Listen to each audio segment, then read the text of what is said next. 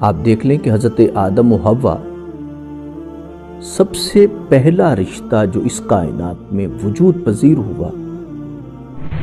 اس لیے انسانی معاشرے کا سب سے اہم رشتہ،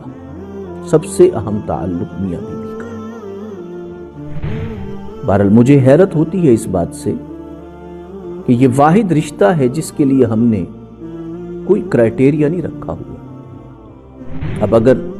مرد صرف یہ کہتا ہے کہ وہ گھر کا سربراہ ہے، کیونکہ قرآن مجید اسی پارے میں فرماتا ہے ان اللہ یأمرکم ان تؤدوا الامانات الی اہلھا، کہ آپ ہمیشہ ذمہ داریاں اہل لوگوں کو دیں۔ یعنی یہ کتنی افسوسناک بات ہے اور دکھ دینے والی بات ہے ہمارے سماج کی کہ جو بچہ کسی